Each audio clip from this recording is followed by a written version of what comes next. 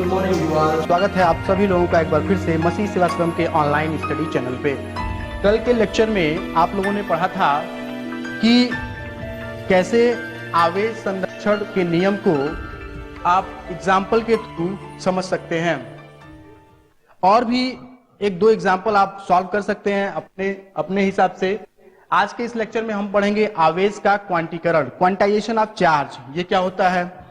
आप जानते हैं कि जब कभी भी किसी भी एटम पे जब कोई भी चार्ज आता है तो वो जो चार्ज होता है, जो सबसे स्मॉलेस्ट चार्ज माना जा सकता है किसी भी एटम पे आ सकता है, वो होता है, उसे ई से रिप्रेजेंट करते हैं। इलेक्ट्रॉन पे जितना चार्ज होता है उसकी वैल्यू जो होती है 1.6 इंटू 10⁻⁻⁻⁻�9 कूलम।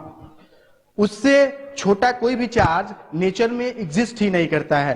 तो उस तरह से अगर कोई भी बॉडी अगर कहें कि आवेशित है, आयनाइज्ड है, इसका मतलब क्या है कि उस पे चार्ज है, तो कितना चार्ज हो सकता है? वो चार्ज केवल और केवल इलेक्ट्रॉन के मल्टीपल में ही हो सकता है। इंटीग्रल मल्टीपल ऑफ इलेक्ट्रॉन्स, या तो 1 इलेक्ट्रॉन, या तो उस पे 2 इलेक्ट्रॉन्स, या तो 3 इलेक्ट्रॉन्स, या तो 4 इलेक्ट्रॉन्स, या तो ऐसे कह सकते हैं जितने भी इलेक्ट्रॉन्स, मतलब वो क्या होगा? वो हमेशा इंटीग्रल मल्टीपल में होगा, ई के इंटीग्रल मल्टीपल में होगा। तो इसके पे कहा जा सकता है कि आवेश को कभी भी अनिश्चित रूप से विभाजित नहीं किया जा सकता है। इसका मतलब आवेश किसी भी चार्ज पे जो आवेश किसी भी बॉडी पे जो चार्ज होगा वो कभी भी फ्रैक्शन में नहीं होगा। फ्रैक्शन में होने का मतलब क्या है? ये नहीं कह सकते कि जो अभी ग्लास रॉड का आप लोगों ने एग्जांपल लिया हुआ था प्रीवियस लेक्चर में, तो ये नहीं कह सकते कि उस ग्लास रॉड पे 2.5 इलेक्ट्रॉन है या -2.5 इलेक्ट्रॉन है। ऐसा पॉसिबल नहीं है। वो हमेशा क्या होगा? ये डेसिमल में नहीं होगा। किसी बॉडी पे चार्ज होगा वो डेसिमल में नहीं होगा, फ्रैक्शन में नहीं होगा, रेशनल इरेशनल में नहीं होगा। वो केवल और केवल ई के इंटीग्रल मल्टीपल में होगा। मतलब किसी भी बॉडी पे अगर चार्ज होगा तो वो क्या होगा? या तो 1 इलेक्ट्रॉन, 2 इलेक्ट्रॉन, या तो ई के मल्टीपल में ही होगा।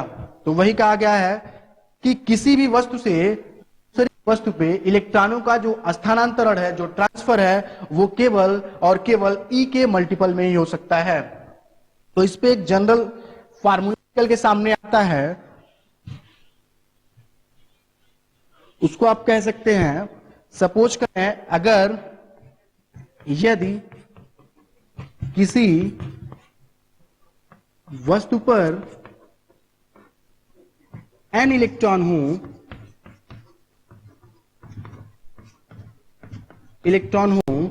तो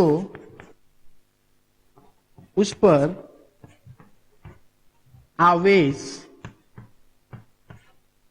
ये जो होगा वो ई के मल्टीपल में, कितना मल्टीपल? n मल्टीपल में। जहां n क्या है? n कोई भी इंटीजर है। जहां n की वैल्यू क्या हो सकती है? Positive integer, negative integer. जहां n क्या है? कोई भी इंटीजर है।